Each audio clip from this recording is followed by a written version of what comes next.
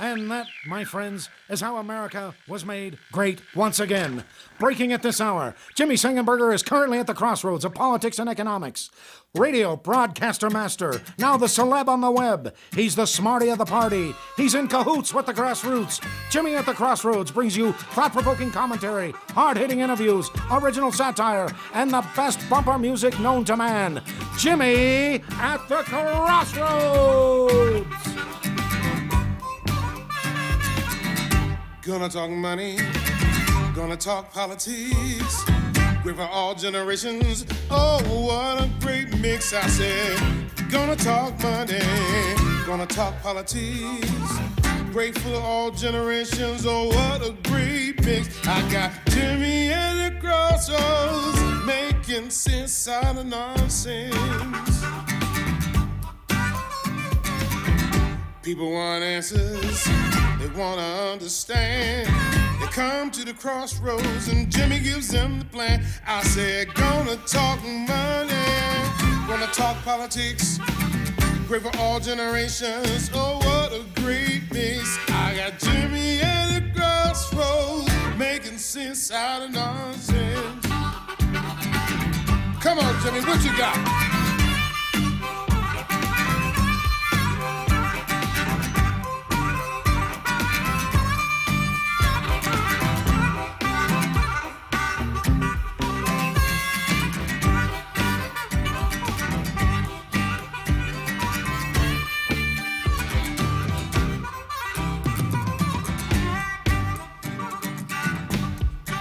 Hello, my friends. Happy Monday and welcome to another edition of Jimmy at the Crossroads.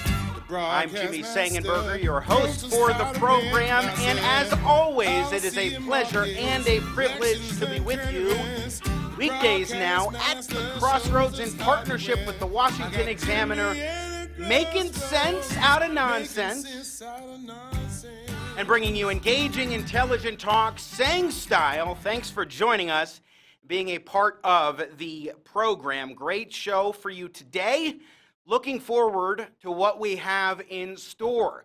We will begin our conversations in about 10 minutes or so with a district attorney in a state that is moving forward with, has already been moving forward with, a mostly shut down economy. That is the state of Colorado. I want to get the thoughts of George Brauchler, 18th Judicial District Attorney for Colorado. That is Colorado's largest judicial district, representing 4 different counties and over 1 million people. I want to get his thoughts on implementation of that, how he's doing it, what other states are doing, how he's studied up on it, what his sense is for the appropriate level of potential punishment or otherwise enforcement of these restrictions on individual liberty right now. Also, Democrats are moving full speed ahead in states like Colorado, New Hampshire, others, with eliminating the death penalty. Now, this may be a good thing, may be a bad thing. It depends on your viewpoint, of course. But the way in which Democrats are looking to go about this, and in some states like Colorado have been going about it, is very troubling.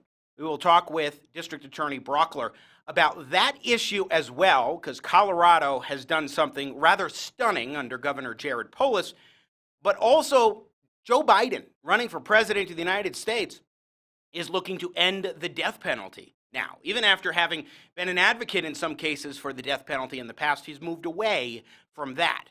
We'll talk with George Brauchler about it in just a little bit. Also, Elizabeth Wright will join us, and she is with Citizens Against Government Waste.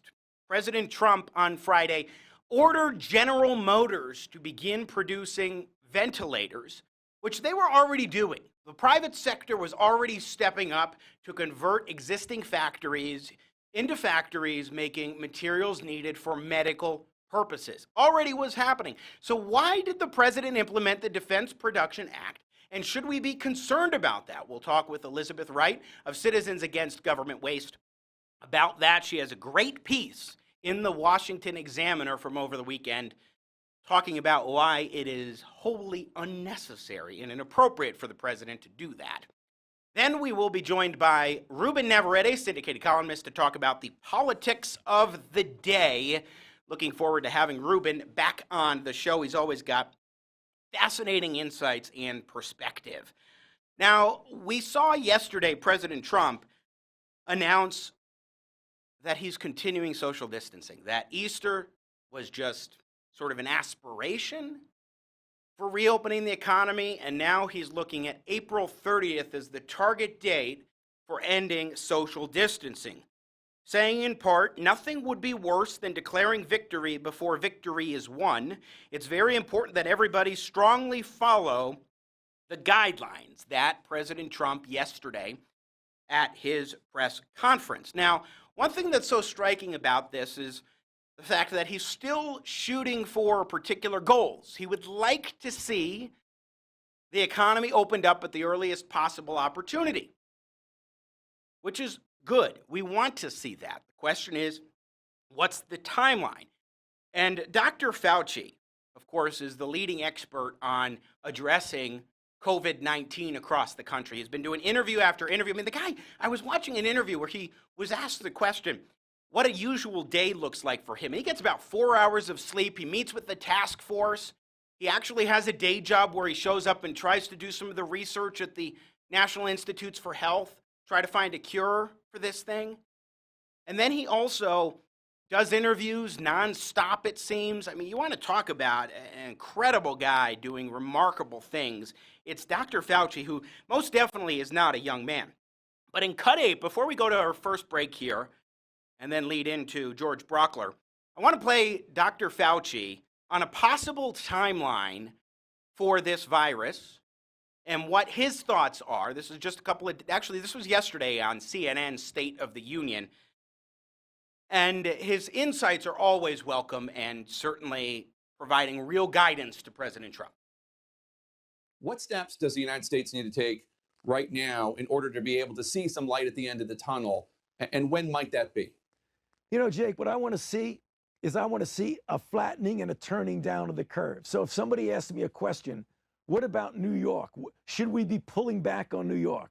Obviously not. New York is doing this. New Orleans is doing this. When we start to see a daily number of cases, instead of increasing and escalating, they start to flatten out, turn the corner, and then start coming down. When we see that, then you could start doing the modification of the intensity of your mitigation. As I've said before, it's true. The virus itself determines that timetable. You can try and influence that timetable by mitigating against the virus, but ultimately it's what the virus does. And when I start seeing this happen, then I'll come back on the show and tell you, you know, Jake, I think we're at that point now where we can start pulling back a little, but not right now in several of the places that I just mentioned. See, the one thing I like about Dr. Fauci is he tells it straight, exactly as he believes and as he thinks from the data, particularly from the data. Now, I'm disturbed by some of the policies that have been put into effect, and I'm not sure about the timeline, but hey, we have to see where this goes, and it's good to know that they're at least following the data. I'm Jimmy Sengenberger. You're watching Jimmy at the Crossroads in partnership with the Washington Examiner. We're going to take a break here, and when we come back, we will be joined by George Brauchler, who's the district attorney for Colorado's largest judicial district, the 18th Judicial District. Most populous, includes 4 different counties. Get his thoughts on implementing and enforcing COVID-19 restrictions and also on the death penalty and what Democrats are doing there. Keep it right here. Once again, you're watching Jimmy at the Crossroads. I'm Jimmy Sengenberger. I was trading derivatives when I got hit by an unexpected collapse of the market. My firm was in serious trouble until I found out we were too big to fail. When I called Dodd-Frank, Dewey, Cheatham, and Howe, they told me that because our financial company is so big, the government will never let us fail, no matter what harebrained investment strategy we employ. With their guarantee of protection, they made me whole. Now I don't have to worry about being too big to fail anymore. They gave me every reassurance I need, and they'll predict the future. And, sorry about the foreclosure on your house. It's just a little side effect. They're going to make that right, too. 1.25 trillion, 1 trillion, 2.4 trillion. Not only do we get the big bailouts, but we get them fast. The Consumer Financial Protection Bureau doesn't want you to know how much money we get for our clients. But don't worry about it. Call us. We're Dodd-Frank, Dewey, Cheatham, and Howe, the deep pockets.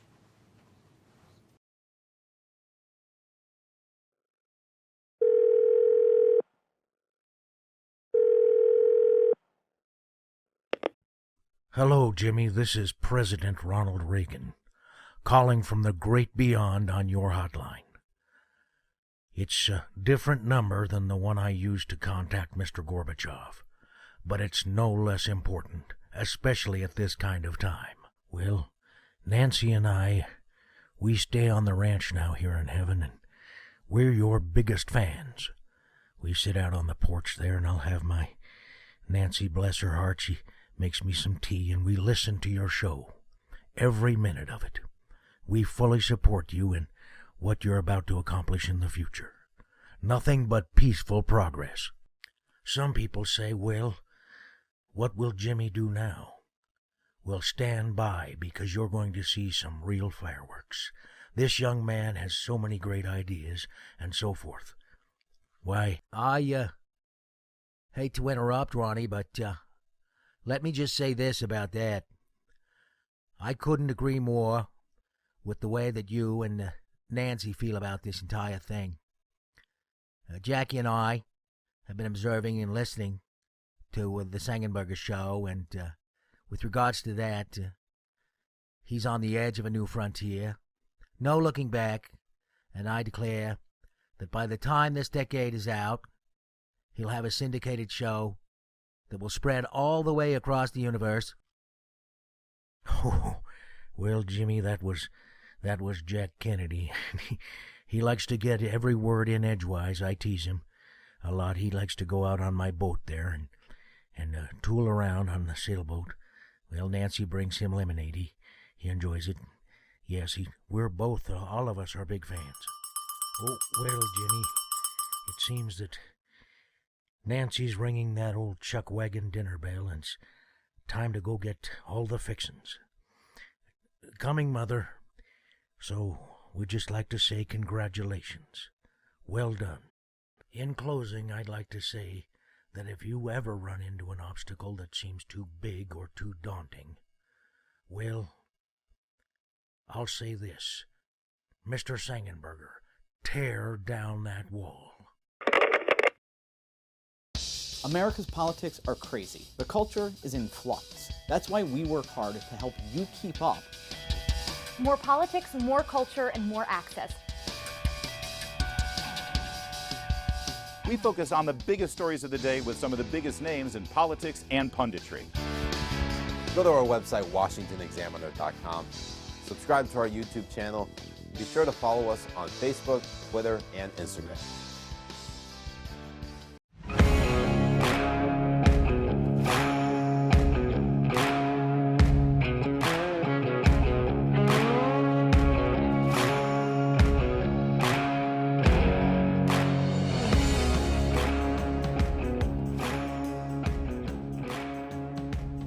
Welcome back to Jimmy at the Crossroads. I'm Jimmy Sengenberger. Great to be with you today on this Monday, March 30th, my sister's birthday. Happy birthday, Caitlin.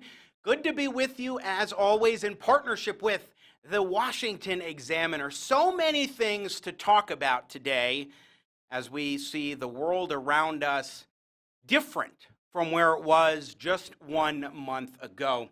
And in state after state, we are seeing implementation and enforcement of these government, or rather economic shutdowns across the country. That means that a lot of people aren't going to work unless you're considered essential. And in some states, there are strong draconian penalties, or maybe maximums that could be strong and draconian, but unlikely to be followed through with, or maybe there aren't so many penalties. How are different states enforcing these types of COVID-19 restrictions? And then also Democrats are doing their level best to get rid of the death penalty across the country. How about that and some of the politics surrounding it? For answers and discussion, I am pleased to welcome to the show someone who's outside in Colorado. He is the district attorney for the 18th Judicial District in the state of Colorado, where I broadcast from, which is the largest judicial district in the state. George Brauchler joins us today. George, my friend, hello. How are you today? I'm good, buddy. The sound is awfully low on my end. I don't know if you got a way to turn that up, but I'm happy to join you. Thank you. I will. I see Nathan's hearing that, and he's doing what he can to up the volume for you. Again, George Brauchler, our guest. George, let me then, I'll simplify the questions. Let me know if the volume is better for you. But I'm curious overall your thoughts on the fact that so many of these states, including Colorado, now implementing serious restrictions in order to combat COVID-19. What do you make of it? Do you think it's appropriate? Look, I've got my concerns. There's two things going on here. One, I'm a rule of law guy.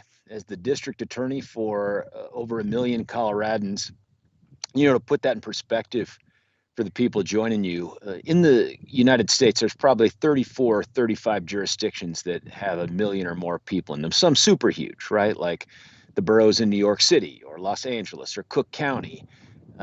But for the West, in between the Mississippi and the Pacific coast, there aren't a ton, and we're in one. And so I take an oath to uphold and defend the laws of the state of Colorado. I am told that when the governor, under our Constitution and the statutes that are applicable, issues an emergency proclamation and declaration, and then issues orders after that, that those orders carry the force of law behind them. All that stuff is meaningful to me as someone who wants to uphold the rule of law, whether I agree with the law or I don't. Part of the problem, though, is these things are so foreign to us. We have not seen anything like this in my lifetime, that I begin to question whether or not there is a bigger constitutional right under the United States Constitution, perhaps the fourth or the fifth, maybe some others, that are implicated here by some of these orders. And I don't know when the last time we've tested some of these orders are. And what I don't want people to be confused about is this. It's not a question of, are these good ideas? I think undeniably they're good ideas. Social distancing and reducing down the number of businesses that create environments where there isn't social. I think all that stuff is great. The question is, can it be accomplished through the force of law, through the government forcing people to do it, or should this be through social pressure and cajoling and what your neighbors do? So that part, look, right now we're 4 or 5 days into this order. I'm going to continue to treat this like this is the law of the land. I'm going to encourage my neighbors. I'm going to encourage you, Jimmy, to follow the governor's and the Colorado Department of Physical Health and Environment's orders at this point. But make no mistake, we're looking into the constitutionality of this, because I just don't want to shrug and say, oh, well, it's written on paper, therefore It must be the law, and put everybody's liberties at risk. George Brauchler, how are you seeing other district attorneys in Colorado and around the country enforcing these types of measures? Are you noticing concern among your peers similar to your concerns? Well, yes and no. I mean, look, there's 22 elected judicial district attorneys in the state of Colorado, dividing up our 64 counties. And it's about 50-50 Republicans and Democrats. And simply being a Democrat doesn't describe it, because you have some pretty, in my opinion, conservative Democrats in Pueblo on the western slope. But then you also have Denver and Boulder, who are just far more liberally minded in that. As a group, because of that dynamic, we haven't had conversations about the constitutionality of it individually with different DAs. Yeah, we've shared texts and stuff about what are you doing and what are you seeing and what are your concerns. But as a group, we're just too politically divided. And I'll tell you, Jimmy, it's probably a separate show, but that is the growing problem with what we see in criminal justice, in my opinion. Between term limits and George Soros, we are seeing a politicization of prosecution like we've never seen in the history of the country.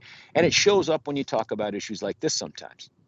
Now, in terms of enforcement, I know in Colorado there's a maximum penalty of $5,000 or 18 months in jail or both.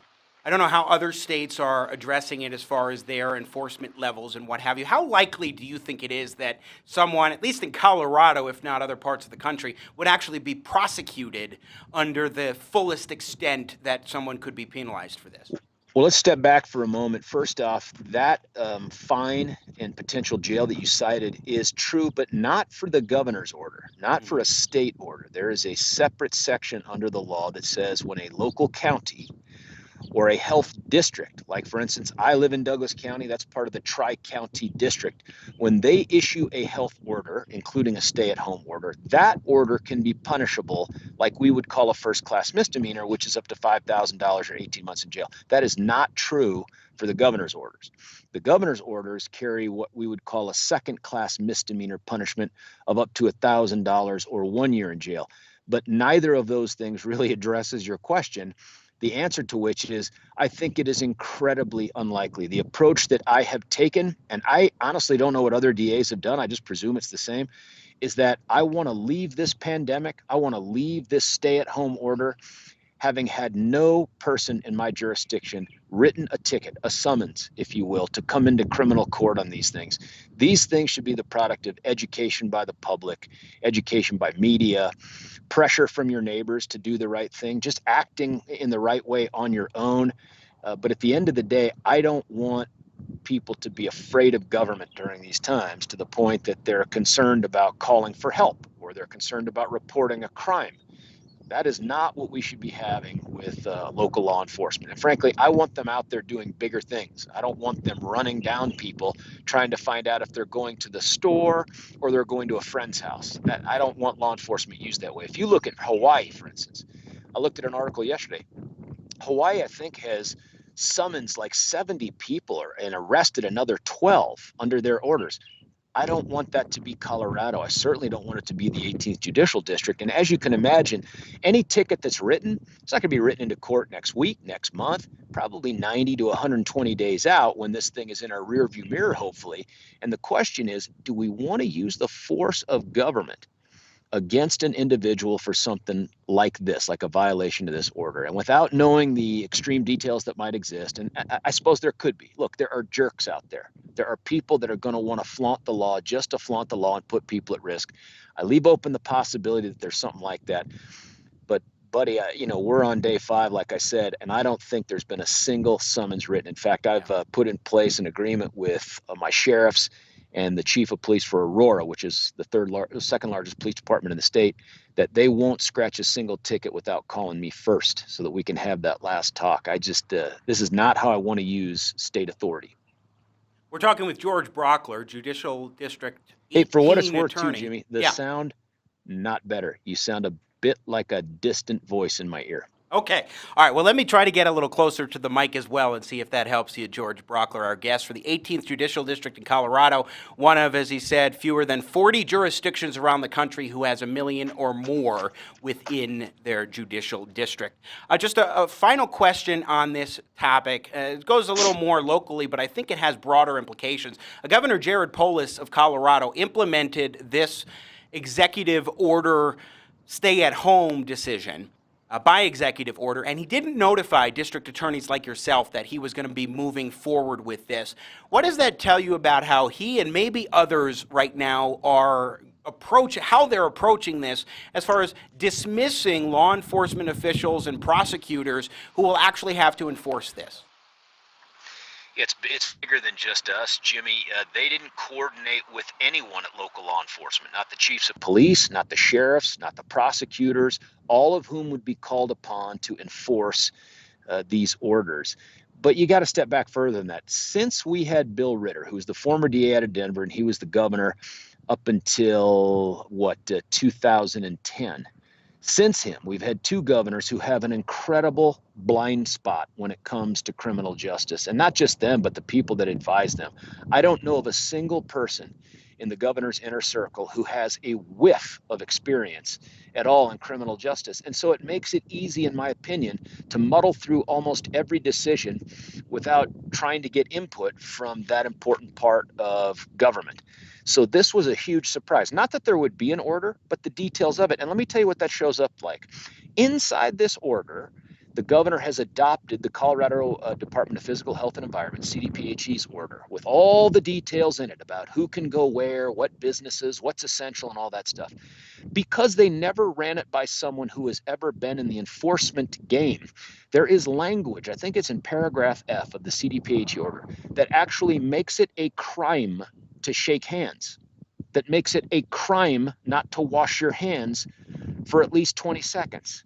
That's silly. That's ridiculous. That may be a great recommendation, and maybe the language could have been written as Coloradans are strongly encouraged to, but instead they wrote Coloradans shall. Once the governor utters those words and adopts that order, it becomes punishable by a $1,000 fine or a year in jail. Now, as you and I talked about, that ain't ever going to happen, right? But that's just silly. It's silly to have not coordinated with law enforcement. And a lot of people who I've pushed back on and said, hey, that is just amateur hour, have said, well, it's an emergency. He didn't have time to consent. Give me a break. This is a guy who found time to commute the sentences of 3 of the most notorious killers in the history of the state of Colorado. He certainly could have had time to send out a text or an email that says, hey, thinking about throwing out an order y'all might end up having to enforce. Thoughts? ? I mean, he could have tweeted that out, but nothing like that. George Brauchler, since you just mentioned what Governor Polis did last week as far as commuting death row sentences of 3 individuals, this is something that, getting rid of the death penalty, that we're seeing a lot of Democrats take up across the country. New Hampshire recently eliminated theirs. In fact, if we go to cut 1, hopefully you can hear this well enough, but this is Joe Biden. In cut 1, this is last summer of 2019, speaking to an audience in New Hampshire about the death penalty. We should make sure, and I got 2 great judges in here, but we should make sure that if in fact someone is put on trial for a crime that could end up with a major sentence or life imprisonment because it was a capital offense, and by the way, congratulations to you all ending the death penalty. He said, congratulations, you all, on ending the death penalty. We saw the Colorado State Legislature, before it went out of session, do exactly that, and the governor took those powers, Governor Jared Polis, to commute sentences of 3 individuals who were on death row for good reason without notifying families and what have you. Tell us about that and the broader implications. So what happened with Governor Polis and the broader implications nationally, in your view, George Brauchler? There's so much about this that is just frustrating, Jimmy. First off, the legislature doing this the way they did it was absolutely gutless and disrespectful of the voters of the state of Colorado. Let me tell you why. And by the way, I put up my hood here so that I could cover up my little earpiece because it's a little windy where I'm at outside. Wise move. Thank you. Yeah.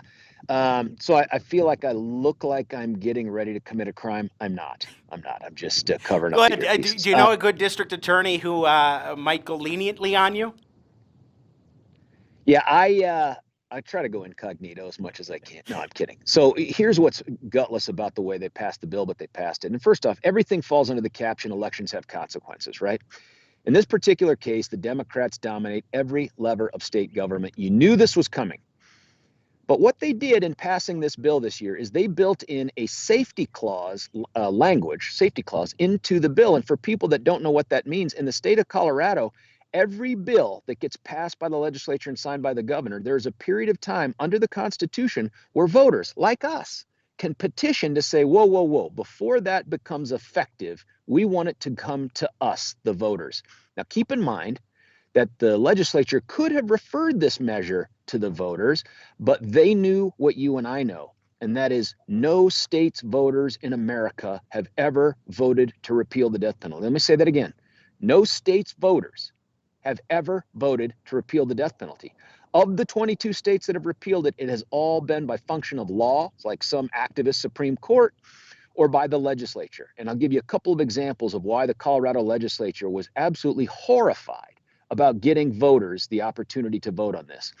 In 2016, Nebraska's legislature, unicameral, they voted to repeal the death penalty. The governor vetoed it. They overrode the governor's veto. The governor and a bunch of other people put it on the ballot, and guess what? It got back on the books. Here's another example. California, super conservative California in 2016 had 2 competing ballot measures. One was to end the death penalty. The other was to speed up the appellate process to kill someone after they've received the death penalty. California voted to keep the death penalty and to accelerate the time with which someone would be executed after they get the death penalty. So Colorado legislators were horrified. So not only would they not refer it to the ballot, they snuck in a safety clause that says this law has to become effective immediately upon the governor's signature. There's no time to allow voters to petition to stop it from taking effect because it's a matter of public health and safety. What? Are you kidding me? What straight-faced argument could you have that that had to take place?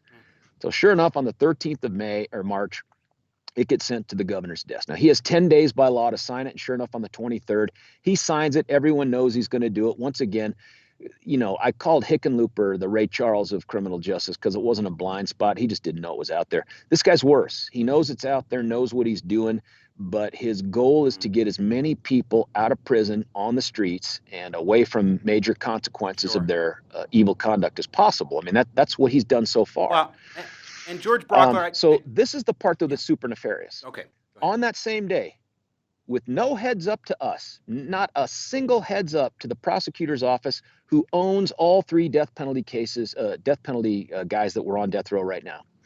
He commutes all their sentences. Didn't have to. There's no time requirement of it. Why on Monday, in the middle of the biggest pandemic in our memory?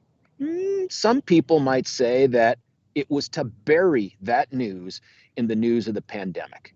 And that's what it strikes me as, is this was a guy who knows this was a horribly controversial decision and decided, I'm just going to do a quickie press release. He doesn't talk to the media about it, just slips out a little 2-paragraph press release and then runs back to being the coronavirus governor. George Brauchler, our guest, is the prosecutor for the Aurora theater shooting trial and attempted to was seeking death penalty. It didn't happen, but nevertheless pursued that, which I thought was good, especially because that is what the victims were wanting by and large. Unfortunate that it wasn't successful in that regard, but hey, the guy's behind bars for life.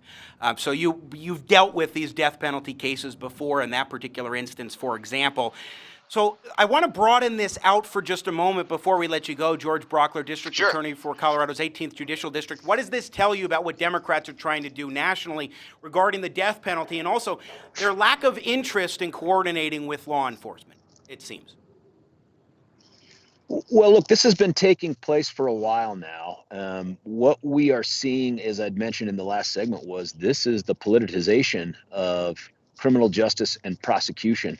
And so when you see a George Soros come in on, I think, 12 races in 2016 and drop $1 million in 12 different districts, including one right here in Colorado, my neighboring judicial district, the place where I grew up, where I started as a prosecutor, what you see is the criminal justice reformers, and that term is far too forgiving. These are the life for killers crowd, the hugs for bad guys crowd. There are some ideas they have that are worth thinking about, but by and large, keep in mind, their goal is to diminish the consequences for some of the worst offenders in our community. And their goal is to try to get them to be on the same footing as you. If you've spent your life being law-abiding and not feeding your greed or your lust or your addiction, they want to put them in the same position that you are, despite their bad conduct. So this approach, you'll see this in 2020, Jimmy, right here in our state. In fact, my seat is going to be contested. We have one great Republican, a guy named John Kilner, Lieutenant Colonel in the Marine Corps and one of my chief deputies, who's going to be opposed by someone whose experience in criminal justice amounts to no more than, wait for it, a single DUI trial. And she would like to be the district attorney of this large judicial district dealing with dozens of murders every year, rapes, robberies, attempt murders.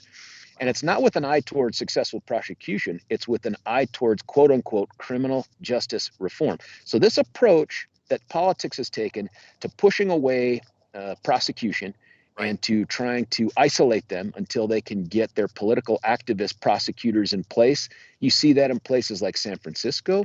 You see that in Philadelphia. Take a look at the Los Angeles race, right? You have a Democrat DA in Los Angeles. She is being primaried by an uber progressive DA who came from San Francisco, who carpet-bagged his way down to Los Angeles from San Francisco for the sole purpose of running against her and bringing a George Soros, let them all out of jail approach to criminal justice. We're seeing that everywhere. George Brauchler, District Attorney for the 18th Judicial District, Colorado's largest. More than 1 million people, one of fewer than 40 jurisdictions around the country with that number. Appreciate you taking the time today. Thank you so much. Buddy, thanks for having me on. I hope this was good. I hope the sound was good for you. Hey, it was great for us. Sorry you couldn't hear it better, but No worries. Some days, that's just, you got to muddle your way through. Once again, George Brauchler joining us on Jimmy at the Crossroads. We're going to take a break. Concerned about that trade deficit? Looking for that magic solution? I'm Bill of Goods for ScamWow, the tariff towel. It's like a tax. It's like a fee. It's like a penalty. This tariff really sucks up the trade deficit.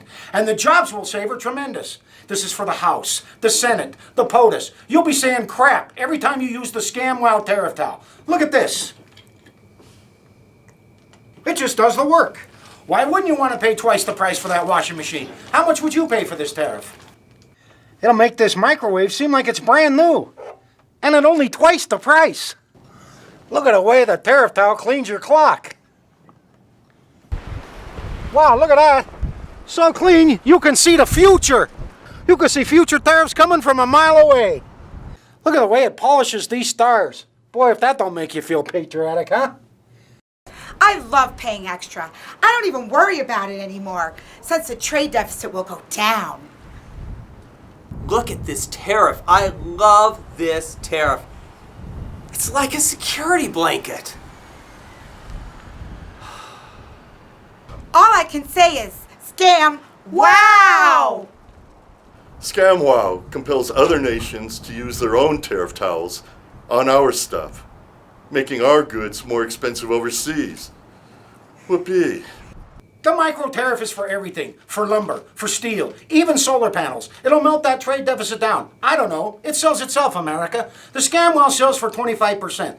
But if you call in the next 20 minutes, because we can't do this all term, we'll give you the second tariff absolutely free. That's 4 tariffs for 25%. And it comes with a 5-year warranty. Here's how to order. Call 1-800-RIP-YOU-OFF. ScamWow is not available in capitalism and is made in Washington. Beware of ScamWow grift. 1-800-RIP-YOU-OFF. Call now. He let me out of the museum, so thanks. Good. That's why. Listeners have been asking for more engaging, intelligent talk, saying style. And guess what, folks? We're going to bring it to you. We are just getting started. Hi, Tom. Gee, you look terrible. I feel terrible. Achy, fevery, nauseous. Ooh, that's too bad. You know, you ought to... Chills, stuffiness, bloating. Yeah, you know... Scratchy, gassy, drippy. I know. Say, Tom, you should try Wearaflu. Wearaflu? Wearaflu is the only medication that actually takes your flu symptoms and hides them at various places inside your body, so that by the time your body finds them all, your flu is gone. In the meantime, you're back to work. You were right, Ed. Wearaflu lets me ignore my flu symptoms and gets me back to work. Thanks. Yeah, and thanks for coming in and infecting the rest of the office. Come out wherever you are with Wearaflu. Take as directed.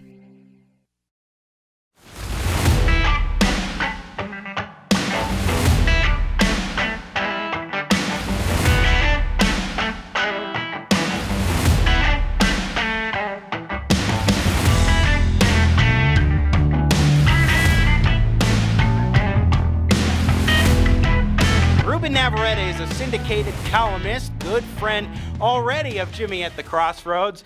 Ruben, thank you for bearing with us, my friend. How are you on this Monday, March 30th? Jimmy, good to be with you. You know, every day is an adventure, my friend, here at the Crossroads, as we juggle homeschooling, captivity, what seems like day 1,000 of my internment. But it's been interesting. We're still very productive, but it's a whole new world, as you know. Yes, indeed. Hey, by the way, how is your family adjusting to all of this? There's a lot of juggling. And so in terms of like being able to do interviews and so forth, you're able to keep a nice quiet household. How does that work?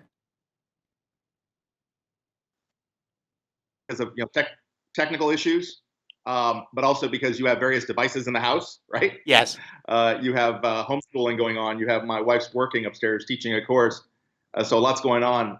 Luckily, we have some pretty good internet service, but you don't know what you got until moments like this, right? Now you figure it out. Yeah, it's exactly the same case for us here. I mean, we've had this odd issue, and we figured it out. This is exactly what the issue is, and so we're good to go. All right, Ruben, we've had so many different things happening politically and with regards to the coronavirus crisis and how that's been unfolding. Where do you think the country is overall with all this? Yeah, it's very interesting, Jimmy. You've got various pressure points. You have health concerns, you have a social cost, you have political issues and divisions and they're all playing out. As I said, the family issues in our individual homes and communities. And it's hard to say that anyone is more important than the other, but they're all receiving a fair amount of pressure. One of the things I've found very interesting, Jimmy, and just in the last few days, is the division between the state and federal government. We're getting a real primer on federalism. Looks like, hey, multiple people using devices. You cut out there. You're cutting out there, Ruben, probably because you do for the family issues from before. So you're cutting in and out just a little bit. Maybe so. I will say there is this division, Jimmy, federalism, this division between the states and the local governments and the city county level that are enforcing some of these stay-at-home measures. The federal government that's trying to run point over everything. It's fascinating to watch because we pay for all this government. When you think about it, we want the government to cooperate with one another, all the various branches and levels and layers, but that's not happening right now. In terms of that cooperation, I mean, we did see the Congress pass last week this CARES Act, stimulus package, relief bill, whatever you want to call it, and President Trump signed it into law. Now, there was a heck of a lot of wrangling that happened during the week, but would you say that that was an example of a coming together moment in the middle of the crisis, or were they dragged in because of all the pork that was thrown about for particular special interests to get this senator or this congressman on board? I think there's reason to be optimistic about that. That's not the sort of division we have to worry about right now. Interestingly enough,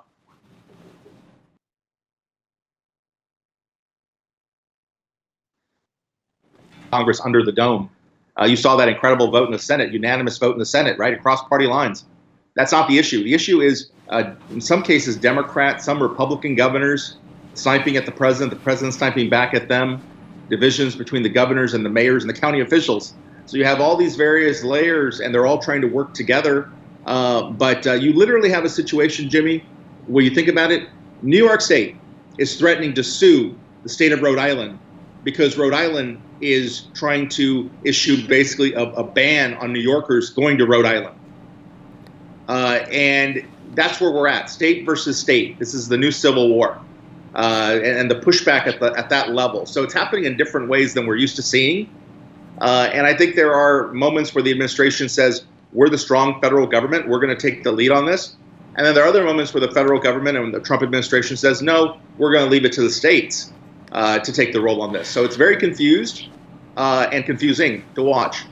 Ruben Navarrette, a syndicated columnist, our guest here on Jimmy at the Crossroads. Let me read a snippet here. This is a quote from the ACLU about that Rhode Island instance that you were talking about, because they're going to be stopping cars from New York, looking into those cars. They're also going to be possibly going into houses, searching for New Yorkers. To quote the ACLU, which I rarely quote in agreement, while the governor may have the power to suspend some state laws and regulations to address this medical emergency, she cannot suspend the Constitution. This, by the way, is Rhode Island ACLU Executive Director Stephen Brown in a statement. Under the Fourth Amendment, having a New York state license plate simply does not and cannot constitute probable cause to allow police to stop a car and interrogate the driver, no matter how laudable the goal of the stop may be. Ruben, I'm very concerned. Federal level with the Defense Production Act implementation on this, or locally, Rhode Island and other states, at the loss of civil liberties in many cases. What do you think? Well, Jimmy, there's an issue there, not just in terms of the Fourth Amendment and the search and seizure issue, which is important, but even before that, predating that, when you go back to the Articles of Confederation, laying the groundwork, it fails, and then we bring up the Constitution. There's always been this sense that in order to get the states to play along, you were going to have this reciprocity idea that you could go from state to state without a special pass, without a special permission. We can do that. We can take our privileges from state to state. Our driver's licenses are good from state to state. And so this goes really back to the founding of the country. And what Rhode Island is trying to do here, I think, though understandable, is just not going to stand up. It's not going to fly, because you can't simply say that people from a given state are not welcome in your state. Basically, you're going to try to harass them by pulling them over so that they don't want to. Again, having a few signal issues. You cut it. That we're seeing. You cut out briefly there, Ruben Navarrette. So this is what happens, though, in the era of live streaming at home, when you got kids doing things on the computers and wife working and all that. Life in COVID-19. Not just that. I think it's the entire neighborhood that's overloading the system. That's true. That's a good point. You're correct. Yes, you're correct. But this isn't a division. The state versus state dynamic is much more important than the Republican-Democrat thing right now. I think that's a very interesting observation, especially when you have bleed over in areas that are more populated. I mean, when you're talking about New York and Rhode Island and so forth, you're probably going to have more of a dispute between those states than, say, Colorado and Utah. But in some of those states, it can get pretty darn heated. Now let's talk about the media for a moment and how they're handling some of this, Ruben Navarrette. In Cut 10, yesterday, Joe Biden, the Democrat nominee to be for 2020 President of the United States, was on with Chuck Todd on Meet the Press, and he was asked a stunning question. Let's play. Your campaign put out in a critique of President Trump and says if he doesn't do these things, he could cost lives. Do you think there is blood on the president's hands, considering the slow response? Or is that too harsh of a criticism? I can't hear you. I think that's a little too harsh. I think what's happening is the failure to, I watched a prelim to your show where someone said that used the phrase that the president just thinks out loud. He should stop thinking out loud and start thinking deeply. He should start listening to the scientists before he speaks. He should listen to the health experts.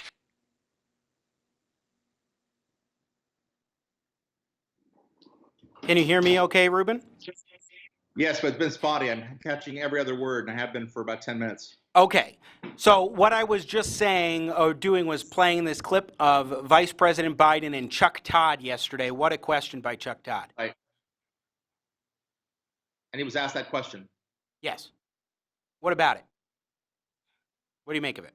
And yes, and what's the question? What did you make of Chuck Todd and how he handled this? Do you want us to play the clip again? No, just summarize the question. So this was Chuck Todd yesterday said, do you think that the president has blood on his hands in interviewing Joe Biden? Joe Biden, I think, gave a good answer in saying, no, I don't think so. But what did you make of that question from Chuck Todd? I thought that was stunning. All right, let's do this. Nathan Matoush, let's go ahead, actually, and play the clip again. And while we're doing that, let's go ahead and get Ruben on via telephone, Ruben Navarrette via telephone, as we muddle our way through the technical issues we've got today. So play the clip again, and then let's get Ruben via telephone. Your campaign put out in a critique of President Trump and says if he doesn't do these things, he could cost lives. Do you think there is blood on the president's hands, considering the slow response? Or is that too harsh of a criticism? I think that's a little too harsh. I think what's happening is the failure to, as I watched a prelim to your show where someone said that used the phrase that the president just thinks out loud. He should stop thinking out loud and start thinking deeply. He should start listening to the scientists before he speaks. He should listen to the health experts. So my thought on that, as we get Ruben Navarrette queued up via telephone, my thought on this is Joe Biden, I think the way in which he answered that was appropriate in the sense that he said, no, I think that's too harsh to say that President Trump has blood on his hands over the handling of this. The question from Chuck Todd was stunning. To have someone in the media audaciously ask a question like that was indeed audacious, was indeed stunning, and I am in awe of the fact that somebody in the media would actually say such a thing. It's just pretty darn striking, to be sure, in my view. We've got syndicated columnist Ruben Navarrette on the phone. Ruben, can you hear me now, sir? It's still broken up. The problem's at your end, apparently. Even Okay. on the phone, I'm getting every other word, but give it a try. Okay. About Joe Biden on Meet the Press. Yes, Chuck Todd, that question, your thoughts? Well, look, just Jimmy, in broad strokes, the Meet the Press interview of Joe Biden, and consistent with the others, the media is doing all they can to subtly and sometimes not subtly help Joe Biden in this situation. Because they know the president has the distinct upper hand because he can hold these press briefings and sound presidential. And poor Joe Biden is sequestered, having to wave to his grandkids from a distance. And so the media is, as I said, sometimes subtly and sometimes overtly trying to help Joe Biden get his fair share of coverage. But it's very difficult for Biden to answer specific questions because his choices are limited. He can either criticize the administration and seem like someone who's just finding fault at a moment when we should all be unified, or he can try to assert himself as like his party wants him to, and maybe he'll go along with some of the president's ideas, and that makes him unpopular with his base. It's a tough spot for him to be in, but you'll see over and over again the mainstream press. CNN had a virtual town hall, with Joe Biden, a virtual town hall. This is just free advertisement. This is just, they're doing all they can to help the poor guy, but they're not ultimately doing him much good. On the virtual campaign trail, Joe Biden starting a new podcast called Here's the Deal, just launching this week. What do you think about that? And do you think he can be effective on a podcast when he can hardly answer questions in front of the media? People in the podcast business would probably have told Joe that was a great idea even 3 years ago. He should have been doing a podcast for the last 2 or 3 years every week. That's what they would say. They'd also say probably he doesn't have enough time to build up an audience before the election. But again, he's trying to do what he can from his bunker, and it's very challenging. Now, he does have a couple things working in his favor, and that is the president, because he's out in the open, the president does have a penchant for saying sometimes dumb and petty things. He has a good week and a bad thing. He's a bad week. He's very erratic. Trump is.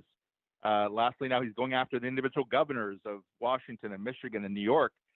He doesn't take criticism well, right? We know this. So sometimes I think that Donald Trump's best blessing is Joe Biden. And sometimes I think that Joe Biden's best hope is Donald Trump. Well, but one thing you could say about Donald Trump is that while he can be scatterbrained, while he is not a linear thinker, he is cogent when he's answering questions, and he's able to say what he wants pretty darn quickly, whereas Joe Biden can often bumble and mumble over his words and have fumbles. Absolutely. And you want to be able to say what you want to say quickly, but if you say something quickly that's false or just not smart or illogical, and we've seen that before, Little Marco, Lying Ted, Low Energy Jeb.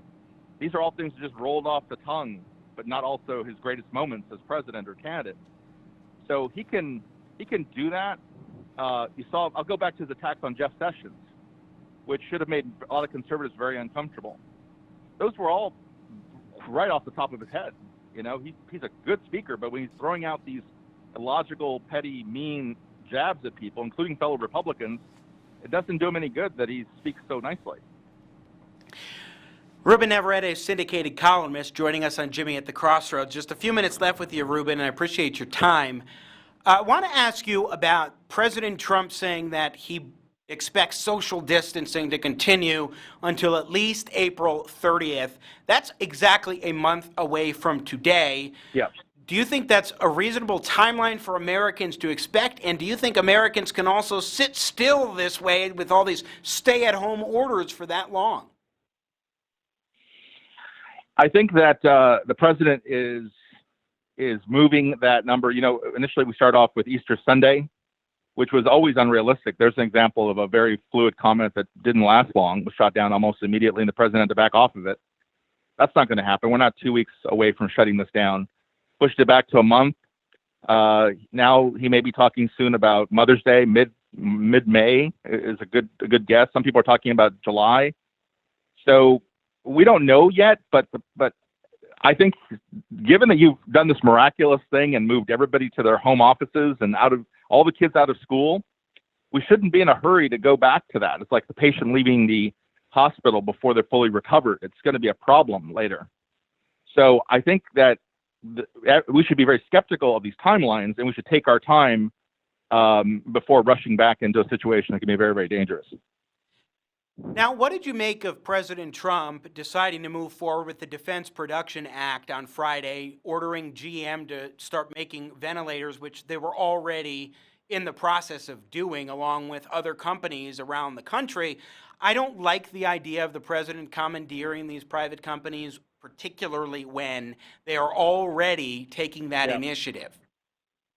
I'm not bothered by that. I think this is a great use of presidential power. Even though they were doing it already?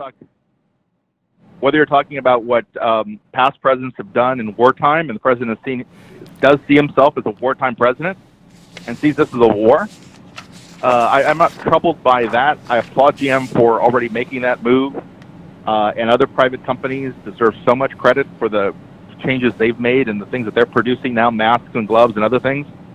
That should all be applauded and supported. But I'm not bothered by the president using his power in this way. I can't think of a better use of presidential power. But why invoke and start implementing a presidential authority like that when a company's already taking the initiative? I think that sets a dangerous and concerning precedent. Yeah. Well, it doesn't hurt. I mean, it doesn't hurt that the president issued the order, even if the company's doing it. The company was willingly doing it. The company could have stopped doing it tomorrow and decided it's not feasible. We're not going to do it. We're going back to producing cars. And then we would shrug and say, oh, the president should have issued an order. If there's overlap because they're already doing it, that's fine. But the bigger point is whether the president, any president, has the power in war, at a time of war, to direct private companies to do something for the greater good. And that is absolutely true. We saw it before with battles involving U.S. Steel. We saw it with other industries that have to be pulled together at times like this. I'm not troubled by it, whether Democrat or Republican. There's a lot of ways to ding Trump, but I think that's a bad rap. I don't think he deserves dinging for that one. Fair enough. I disagree with you on there. I will give him a bad rap on that particular one. But fair enough. Ruben Navarrette, just a final question for you. What do you make of the CARES Act that Congress passed on Friday? The House of Representatives sent it to President Trump's desk, and he signed it. We're talking over $6 trillion when you include both $2 trillion in federal spending on various initiatives, as well as the $4 trillion or so in liquidity power to the Federal Reserve. Do you think it hit the mark? Do you think it was the right thing to do? Are you more concerned about it? What's your take? Yeah, the right thing to do. I think I am concerned about it. There's always going to be pork and people who unfortunately scam and take advantage of things like that. There's a whole debate about helping big companies versus small companies. But in terms of small businesses, that kind of relief, restaurants and others who are hurting and need to make payroll, this was a good thing. This was a good thing. And even the stimulus checks, they're going to go right back into the economy, into the local grocery store and the like. You know, people aren't going to stick under the mattress. So this is a good example of money well spent. I don't normally feel this way, but these are very extreme measures. A very extreme time, so they deserve those extreme measures. I think there's a heck of a lot of bad in this bill all at the same time. But one thing that I actually forgot that I wanted to bring up to you is Washington Free Beacon reporting that the Kennedy Center for the Performing Arts receiving $25 million from this CARES Act, telling musicians it's going to stop paying them this hours Hours after the $25 million was authorized, nearly 100 musicians, the Free Beacon reports, will no longer receive paychecks after April 3rd, according to an email from the orchestra's COVID-19 advisory committee. So one instance of pork isn't helping the workers there. Right. Right. That's a good point. It harkens back to what happened after 9/11. We all rushed to pass the Patriot Act. We said, "Oh, that sounds nice. The Patriot Act. Yeah, a nice name to it. I'll vote for that." And they did it so quickly that it wasn't until, months and years later that other people looked at it, constitutional law professors and the like, and said, "What have you done? This gives too much power to the government."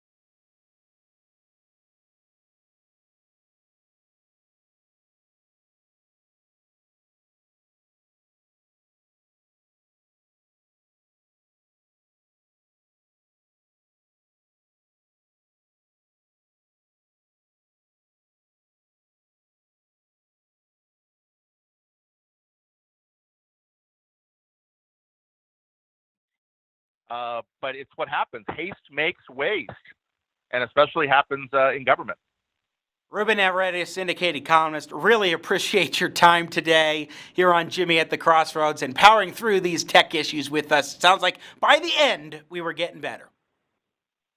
Sounds good. Thanks, Jimmy. Take care. All right, you as well. Syndicated columnist Ruben Navarrette joining us on Jimmy at the Crossroads. Hey, folks, still in the learning phase, only 12 episodes in here on Jimmy at the Crossroads, but we will keep it going tomorrow and beyond. I'm Jimmy Sengenberger.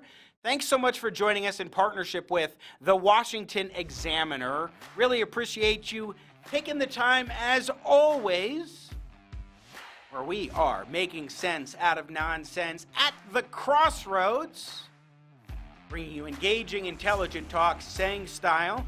I'm Jimmy Sengenberger, once again in partnership with the Washington Examiner. Appreciate you being along for the ride. We will be back tomorrow with another edition of the show. Be sure to tune in then. And as always, God bless America.